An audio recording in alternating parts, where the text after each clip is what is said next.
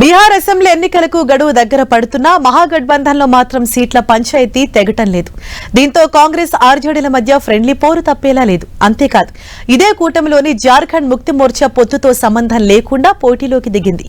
ఇది ఎంజీబీ కూటమి పరిస్థితి అయితే, మరోవైపు ఎన్డీఏలోనూ కొత్త రకం షాకులు తగులుతున్నాయి. Let's have a look on them.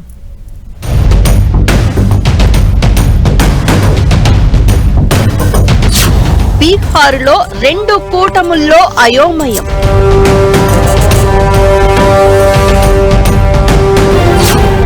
Seema Singh nomination చెల్లకపోవడంతో బిత్తరపోయిన ఎల్జేపీ.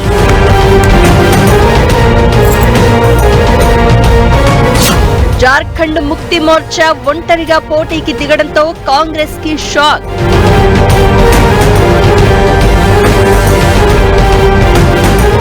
రెండో దశ పోలింగ్ స్థానాలకు నామినేషన్ల గడువు కూడా పూర్తవుతూ ఉండడంతో ఓవైపు ఎన్డీఏ పార్టీలు అందరూ అభ్యర్థులను ప్రకటించేశారు.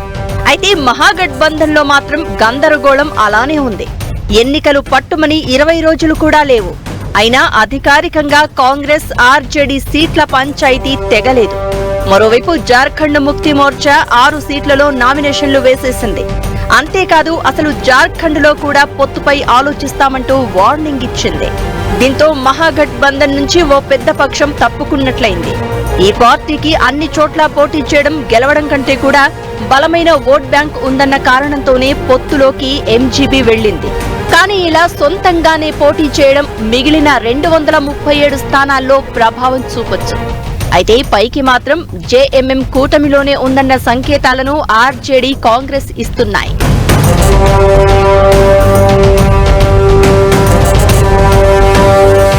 మరోవైపు RJD, Congress, Vikassheel Insaan party RJD ticket నిరాకరించడంతో మదన్ షా అనే సీనియర్ లీడర్ శోకాండాలు పెడుతూ వాపోవడం కనిపించింది. కుర్తా నియోజకవర్గం నుంచి ఈయన టికెట్ ఆశించగా లాలూ ప్రసాద్ యాదవ్ ఆయనకు టికెట్ ఇవ్వలేదు. लालू यादव गुरु है हमारा, हम मर जाएंगे, हम मर जाएंगे, क्या करेंगे। మరోహౌరా నుంచి పోటీ చేయాలనుకున్న సీమా సింగ్ తన నామినేషన్ చెల్లకపోవడంతో బిక్కమోఖం వేయగా 29 చోట్ల పోటీకి అంగీకరించిన ఎల్జేపీ ఓ స్థానం వదులుకున్నట్లయింది. ఇక్కడ రాష్ట్రీయ జనతాదళ్, జన్ సురాజ్ పార్టీల మధ్య పోరు ఉంటుంది అంటున్నారు. ఈ రెండు పార్టీల్లో దేనికి ఇతర పక్షాలు మద్దతు పలికితే వారే గెలవడం ఖాయంగా కనిపిస్తోంది.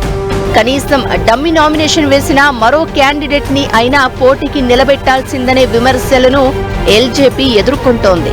ఇక్కడ నుంచి రెబల్ గా నామినేషన్ వేసిన జేడీయూ లీడర్ అల్తాఫ్ ఆలం రాజు నామినేషన్ కూడా తిరస్కరించబడింది.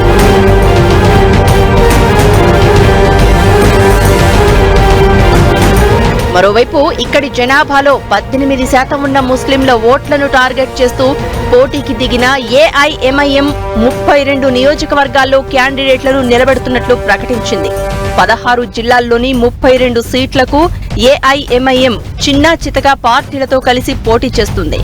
ఆజాద్ సమాజ్ పార్టీ, అప్నే జనతా పార్టీలతో కలిసి అభ్యర్థుల పేర్లను కూడా ప్రకటించింది.